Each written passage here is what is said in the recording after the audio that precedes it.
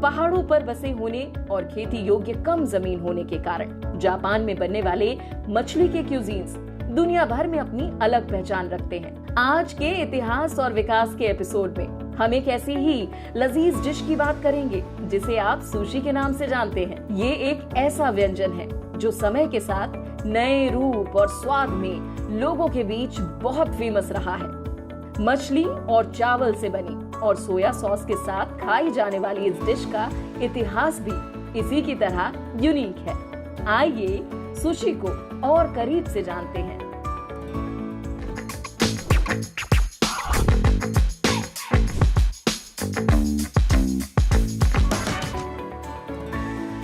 कहा जाता है सुशी का प्रचलन दक्षिण पूर्वी एशिया में दूसरी शताब्दी में शुरू हुआ। हालांकि सुशी जापान का पर्याय बन गई है, लेकिन इसकी जड़ें मेकांग नदी के आसपास से उत्पन्न हुई है, जो चीन, म्यांमार, थाईलैंड, लाओस, कंबोडिया और वियतनाम से होकर बहती है। मछलियों को लंबे समय तक खराब होने से बचाने के लिए पुराने समय में लोग इसे चावल और नमक के साथ रख देते थे। चावल और नमक की फर्मेंटेशन की वजह से उसमें अनोखा जायका आ जाता था। फिर चावल को निकालकर सिर्फ मछलियां खाई जाती थी।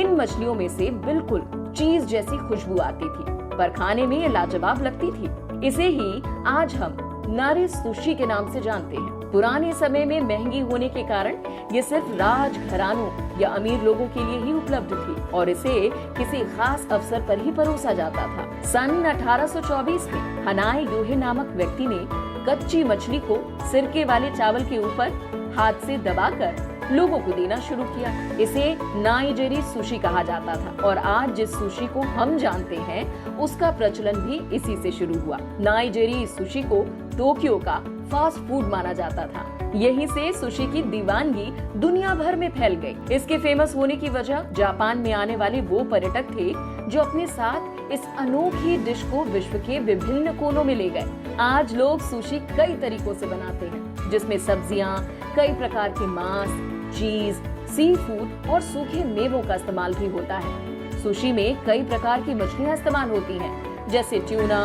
सैमन, सी अचन, कटल फिश और येलो टेल। दुनिया भर में खाई जाने वाली सुशी के फेमस प्रकारों में से कुछ के नाम कैलिफोर्निया रोल, उनागी, रेनबो रोल और स्पाइसी ट्यूना रोल है। ये सुनने में आसान जरूर लगते हैं, लेकिन इन्हें बनाने के लिए बहुत अभ्यास के साथ सावधानी की भी जरूरत पड़ती है। सुशी में जिन मछलियों का उपयोग होता है उनमें से कुछ जहरीली भी होती हैं, जैसे फुगू पफर फिश। इन डिशेस को बनाने के लिए सालों का अभ्यास करना पड़ता है, तब कहीं जाकर कोई आम शेफ सुशी बनाने वाला एक्सपर्ट शेफ बन पाता है। ये अभ्यास इसलिए भी जरूरी है क्योंकि पारंपरिक सुशी की तरह आधुनिक सुशी में भी जायका ही इस डिश की गुणवत्ता को तय करता है।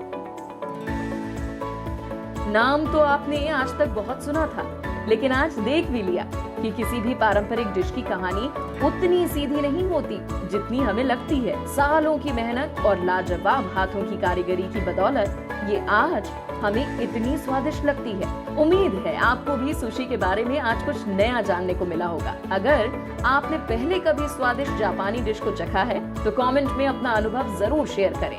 मिलते हैं अगले वीडियो में एक नई डिश के साथ। तब तक के लिए take care and good bye.